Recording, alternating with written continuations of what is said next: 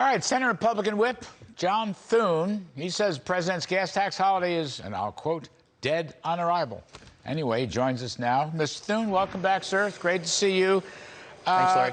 All right, so dead on arrival, right? He didn't really make much of a case today. It seems like it's a gimmick. It's not serious.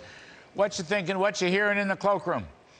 I think it's a desperate cry for help, Larry, from a president who is just clueless about what's driving high gas prices, and that is his policies. It's that simple. So yeah, what we're hearing is on both sides of the aisle, and I think the White House knows this, that this isn't going anywhere. You got Democrats who already are voicing opposition to it, who have expressed in the past that this is just a total gimmick and won't accomplish anything meaningful.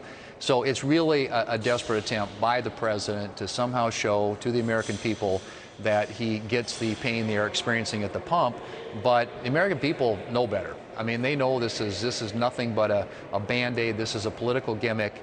They understand what's driving this, and that is the president's policies, which have shut down oil and gas and energy production now for the past 2 years, to the point where we're having to go ask other countries around the world to send us more of their energy. I mean, it is an incredible situation for this president of his own making. You know, Senator, just, two things real quick. One is he makes this phony argument that he's under his presidency, he had nothing to do with it, but we're back to producing a little less than 12 million barrels a day. And then he says, well, in the average of the Trump years, they didn't produce quite as much, so he's ahead. But he doesn't say that includes COVID. In 2020, right, when everything shut down, we were actually producing over 13 million barrels a day pre-pandemic. He's 1 million barrels of oil short, Biden, and he's 1 million barrels of gasoline short, and he won't fess up to that. So that's my first point. My second point is, if you're president and you propose something in the heat of this battle, when everyone's so angry at inflation and groceries and gas taxes, and gas prices, I mean, doesn't that make him look dumb, weak, ineffectual? I mean, I think that plays. I mean, I don't even understand the political strategy, Senator, to be honest with you. Right.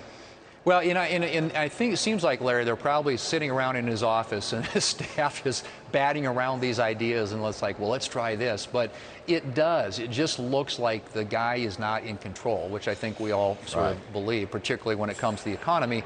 And you're absolutely right. During the Trump administration in your days, we were producing more oil. They conveniently try to ignore the fact that in the last couple of years, they compare to last year or the year before when we were in the pandemic and try and suggest that somehow oil production is up. It's not, it's down. And we know that. And we know they've taken federal lands out of production. We know that they're not approving permits to drill. We know they have shut down all the infrastructure around energy production in this country, including major pipelines, which is the safest and most efficient way to ship it. And the signals that they're sent through the investment community through this ESG philosophy that they have is basically telling them, if you invest in these certain sectors of our economy, we are going to punish you through our regulators. And so the signals are all wrong, the policies are all wrong, and now they're trying to desperately grasp at some political straw that they think might convince the American people that they care. But it just makes them look ineffective and weak. And particularly when you're going to other countries and asking for the energy that we have right here in the United States if we just had the will to produce it.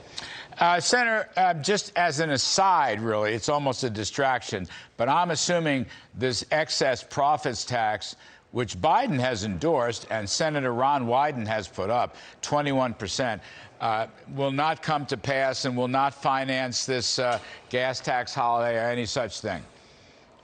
Well, no, I don't. I certainly hope not. There are a lot of bad ideas, revenue ideas that have come out of this administration and their leadership here in the Congress. But as you pointed out with Secretary Perry, I think previously, Larry, tax revenues are up. They are up significantly year over year. I mean, 20% this year, 18% last year, biggest increases we've seen in 100 years.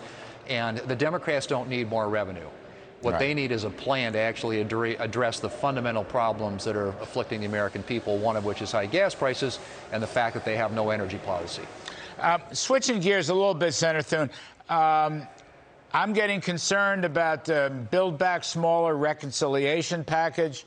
It seems like my friend Joe Manchin wants to break my heart and sign on to something that doesn't make any economic sense.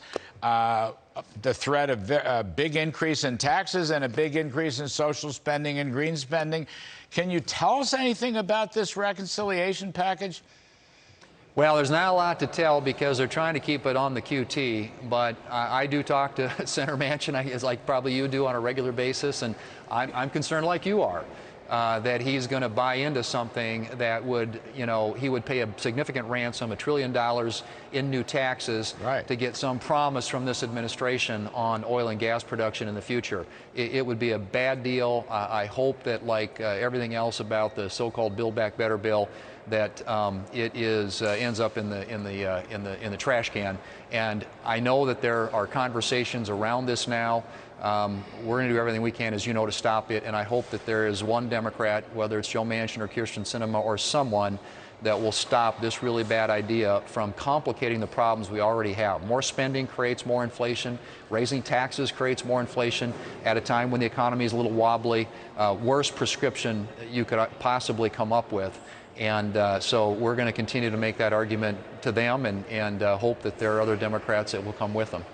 You're in the leadership of the Republican senators. Is there anything scheduled regarding the reconciliation process?